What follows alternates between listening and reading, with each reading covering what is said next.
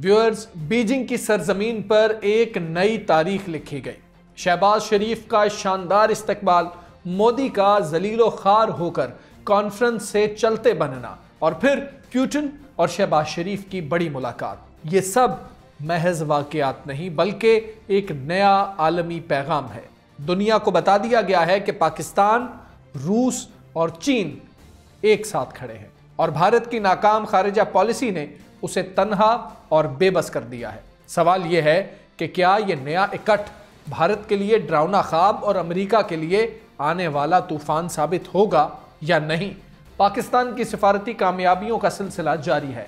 चीन में SCO conference और चीन की विक्ट्री परेड में पाकिस्तान के वजीर आजम का शानदार इस्तकबाल किया गया, जिसने भारतीयों को मिर्चें लगा दी। मोदी जलीलो खार होते हुए एससीओ कॉन्फ्रेंस के बाद भारत को चलता बना। चीन ने भी घास ना डाली। मोदी के चीन से निकलते ही रूसी सदर पुतिन और शहबाज शरीफ की बड़ी मुलाकात इंडिया के लिए सबसे बड़ा खतरा बनी। पाकिस्तान, रूस और चीन का इकट्ठा होना भारतीयों को एक आंख ना भाया। मोदी की नाकाम खारिजा पॉलिसी भारत के अपने शहरी मोदी पर बरस पड़े। उधर मोदी की मुश्किलात में मजीद इजाफा हो गया। सऊदी अरब और इराक ने भारत को तेल की फराहमी बंद कर दी। इस वीलॉग में तमाम अपडेट्स और इनसाइडर्स आपके साथ शेयर करेंगे। आप देख रहे हैं 92 न्यूज़ डिजिटल और मैं हूं हमजा तारड़। व्यूअर्स, पाकिस्तान की हालिया सिफारती कामयाबियां इस बात का सबूत हैं कि दुनिया में ताकत का नया तवाजुन बन रहा है और इसमें पाकिस्तान, रूस और चीन का किरदार मरकजी हैसियत इख्तियार कर रहा है। चीन में होने वाली एससीओ कॉन्फ्रेंस और उसके बाद बीजिंग में मुनक्किद होने वाली विक्ट्री परेड में वजीर आजम शहबाज शरीफ का शानदार इस्तकबाल न सिर्फ पाकिस्तान की बढ़ती हुई अहमियत को जाहिर करता है बल्कि ये पैगाम भी देता है कि खित्ते की बड़ी ताकतें पाकिस्तान को अपने करीब देखना चाहती हैं। इस इजलास में भारतीय वजीर आजम नरेंद्र मोदी की मुसलसल नज़रअंदाजी और आखिरकार कॉन्फ्रेंस से अलग थलग होना इस बात की अलामत है कि भारत अपनी पॉलिसीज और रवैयों की वजह से खित्ते में तन्हा हो चुका है।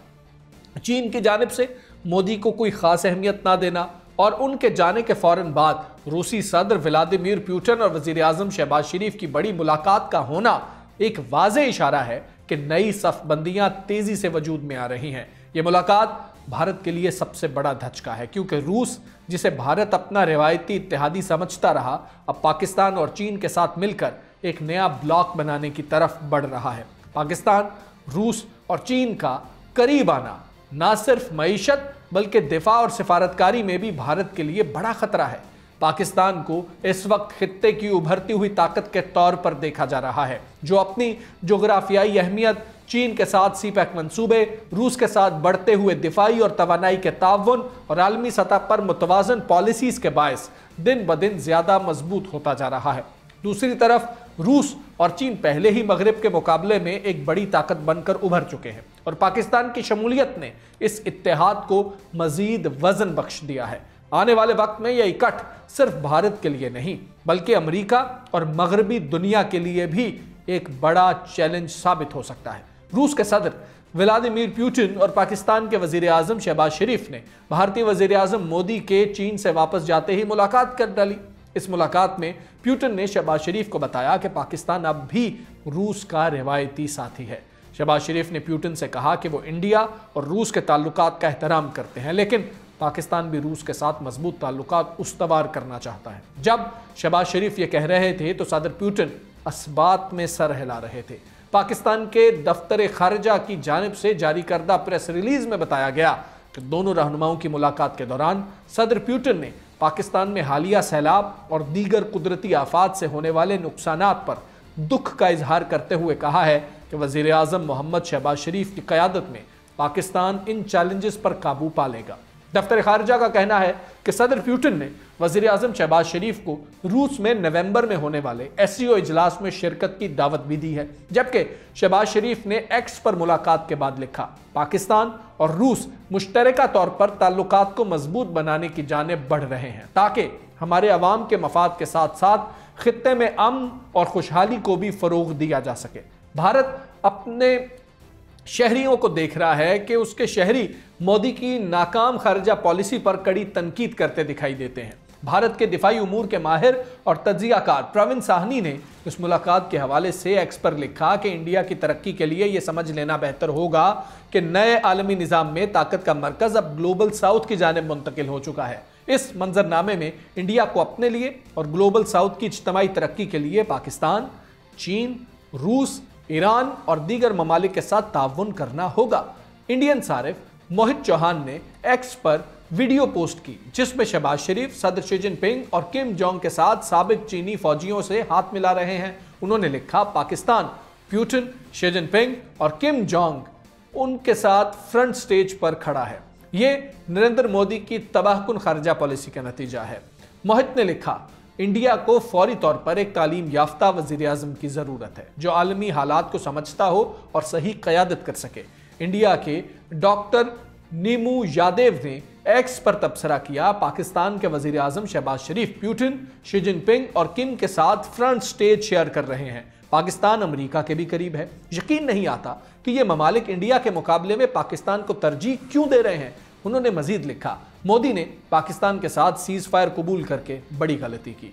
पाकिस्तानी सहाफ़ी आसमा शराजी ने भारतीयों के जख्मों पर नमक पाशी कर दी। आसमा शराजी भी वीडियो पोस्ट करते हुए लिखती हैं, क्या ही ताकतवर मंजर है। वज़ीर आज़म शहबाज शरीफ उन खुसूसी मेहमानों में शामिल हैं जिन्हें विक्ट्री डे की तकरीब में मदऊ किया गया। दीगर में सदर पुतिन और शिमाली कोरिया के सदर किम शामिल हैं। वज़ीर आज़म मोदी को इस तकरीब में मदऊ नहीं किया गया।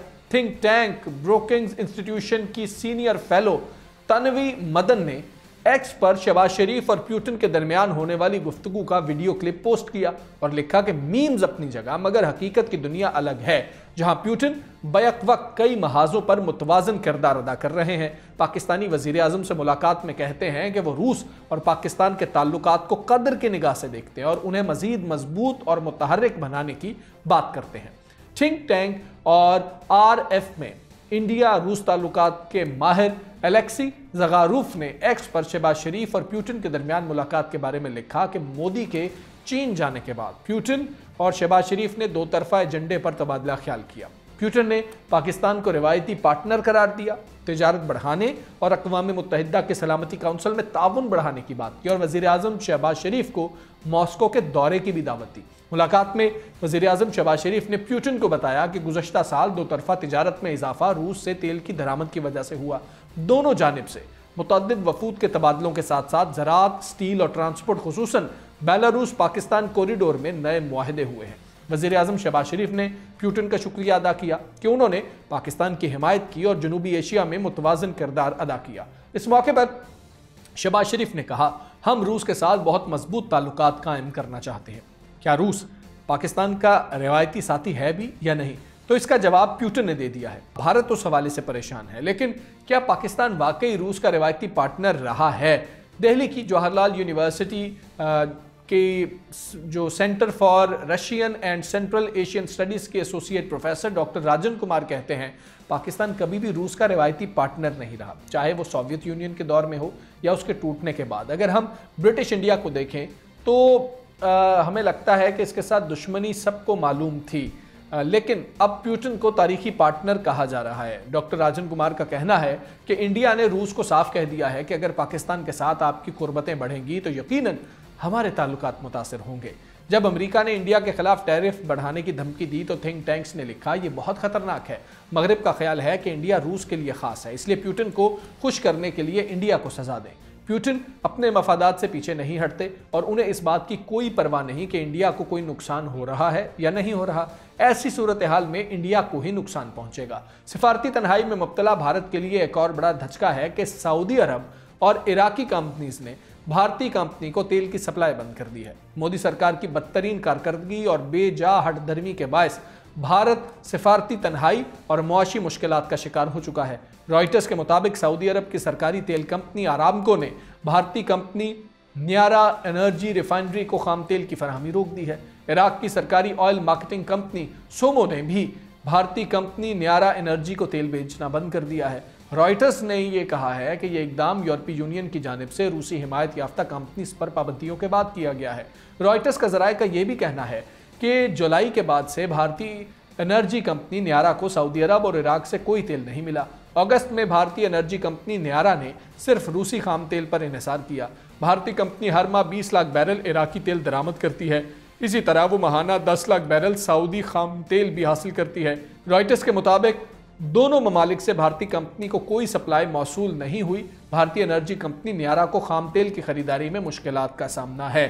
भारतीय एनर्जी कंपनी न्यारा को अपनी मसनूआत की फरोख्त में भी रुकावटों का सामना है। भारतीय एनर्जी कंपनी न्यारा की रिफाइनरी भारतीय रियासत गुजरात के इलाके वादेनार में वाक़ है और इस वक्त सिर्फ 70 से 80% इस्तेदाद पर काम कर रही है। रॉयटर्स ने सऊदीया और इराक से तेल की फराहमी की बंदिश से मुताल्लिक न्यारा कंपनी से मौक़िफ़ जानने की कोशिश की, लेकिन फौरी तौर पर कोई रद्द अमल नहीं दिया गया बल्कि खामोशी इख्तियार की गई। उधर रूसी सिफारतखाने ने तस्दीक की है कि भारतीय एनर्जी कंपनी न्यारा को रोशनी फिट से बराह रास्त तेल फराहम किया जा रहा है।